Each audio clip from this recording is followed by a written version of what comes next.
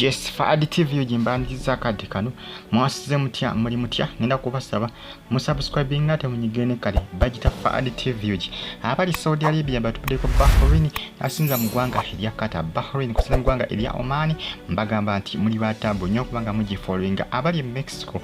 namwe batumere ko mbagamba nti muri bakabinyeni bagita Fadi TV uji Rema Namakuula munange tubengede kubanga tukola jidamo kubanga habitabuka ku side ya Eddy samusuza eyayawula Eddy Kenzo ne Rema Namakuula ebipya bivuddeyo ebintu byongedde kubanga bikola ki bitabuka Eddy Kenzo ali katala linga nyanyangundu abakazi bamulwanira bulwanizi enda kwambi kutusako jimpeleka like video kajambako kubanga trending anetuka wanji jimpeleka like kajambako kubanga trending anetuka wanji nyo kastoji likinga ate no subscribinga no nyiga hanekade mwebale nnyo mwebalire ddala Fadi TV uji bagamba nti kigambibwa Lydia Jazmine yatabula obufumbo bwa Rema Namakuula ossa ne Eddy Kenzo ntiyo yabutabula munange era obufumbo bwa Rema Namakuula ne Kenzo kwegamba ate era Eddy samusuza naye abadde azannya kalo kossa ne Lydia Jazmine kalo nantongo munange bonna begwanyiza Eddy Kenzo era ng'essaawa zino kigenda mu maaso olutalo katuwala mawulire Gavuddeyo agalaga nti munange Eddy Kenzo ne Rema Namakuula okwawukana kwabwe yali Lydia Jazmine yakolanga nnyo ekyamaanyi okubanga wabeera ne Eddy Kenzo agezaako kubanga alaga Rema Namakuula nti Eddy Kenzo yamumutwalako dda already era nga ofuna information etambula kiraga nti munnange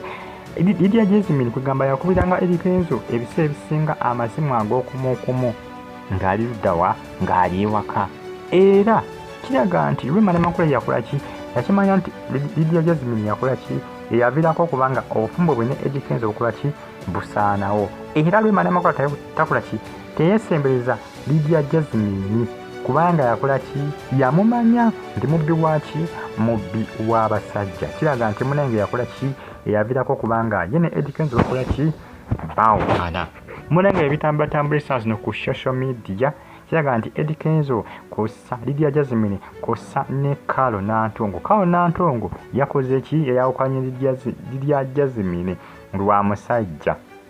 Kalo Nantongo kiraga nti naye yadde akola ki niyabadde yeegwanyiza Eddy Kenzo ate nga ne Lydia Jazmine yakola ki amwegwanyiza kati awo olutalo lwakoze ki awo olutalo olwavudde era ng'essaawa zino bimuku ebitambula ku social media naye nga kiraga nti Jazmine yakola ki yakyawaganya obufumbo bwa Rema Namakuula ne Eddy Kenzo era nga Rema amumanyi bulungi nnyo tobola atakola ki tamwesembeza era tebakwatagana bulungi nnyo kubanga bafunamu kono obutakkaanya ebiseera ebyo mwaka ogwa 2016 Rema Namakuula oluvannyuma ng'akoze ki ng'agudde mu Lydia Jazmine tiyakola ki tiyatambulira ku bbaawe era amasimu yagamukubiranga ag'okumu Eddy Kenzo ng'ageza kubanga akola ki ng'agezako kubanga agatuga gakutulako ebyama bigenda bivaayo mpolampola ng'amasimu agajjako okubuzaabuza Rema naye Rema kyakola ki kyaddaki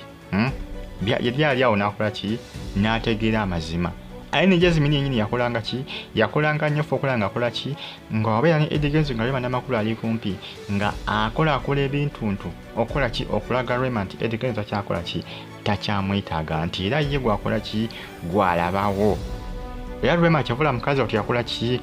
yandika okubanga Eddy Kenzo amulabanga semyekozo mbulaavu nniga kumbe musajja wattu yabeeranga Jazmine akola ki amuyisanga mukwano gwe naye ng'ate Eddy Kenzo kiraga nti ye nga ye takola ki tayagala Jazmine Eddy Kenzo information etambula eraga nti yali tamwagala just Jazmine yakola ki eyesibanga ku Eddy Kenzo munange byebyo bagita Fadi TV uji subscribe batonyigene kale gegamu ku mawulire agatambula akadde kano ku social media mawulire ga Jazmine kosane Kalo Nantongo kosane Eddy Kenzo Jazmine eyasannyawo obufumbo bwa Rema Namakuula kosane Eddy Kenzo y'omu kwabo kugamba y'omu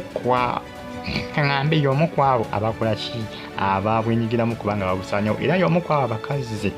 Rema Namakuula beyagamba nti yakola ki yabakwata ne Eddy Kenzo. Manyi ebiseera Rema Namakuula bwe yakwata ne Eddy Kenzo, amawulire gaali gatambula balaga nti Rema Namakuula yakwata Eddy Kenzo n'omukazi naye nga basigaye buuza mukazi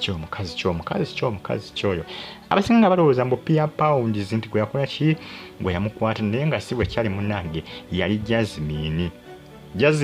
ye kazaala bulwa olw'ebyo ne byakola ki ebyatuukawo mu relationship ya Eddy Samusuuza kossa ne Rema Namakuula. Information etambula eraga nti singa teyali Jazmine, singa Eddy Kenzo ne Rema bakyali bonna ge mazima. Singa teyali Jazmine, singa Eddy Kenzo ne Rema Namakuula bakyali bonna nga bakyali wamu bonna. Binagwerawa binakomawa. Bagita Fadi TV gisubscribe atonyigene kade mbatumideko abali pahorini kosa namwe abasinziza mu ggwanga erya Omani mbagamba nti muli batabu nnyo okubanga hamwe gifollowinga. Bagita Fadi TV ekyo binagwerawa binakomawo kubanga okwitwalaganyako bakyetwalaganya. Eddy Kenzo akyali musiivu kye naye nga abana abakazi bali mukola ki bali mu kumulwanira kuva Lydia Jazmine akola ki yeegwanyiza Eddy Kenzo naye Eddy Kenzo si byaliko. Kivuera Rema Namakuula we yawukana ne Eddy Kenzo yalowooza nti Eddy Kenzo yali akola ki yali akola obwenzi, kumbe Eddy Kenzo Jazmine yali amutwalanga ki nga mukwano gwe naye nga ate Jazmine yagala bikole ki ng'ayagala habisukewo. Munange ebyo mwabeera bulungi, subscribe atonyigene kade mwera Fadi.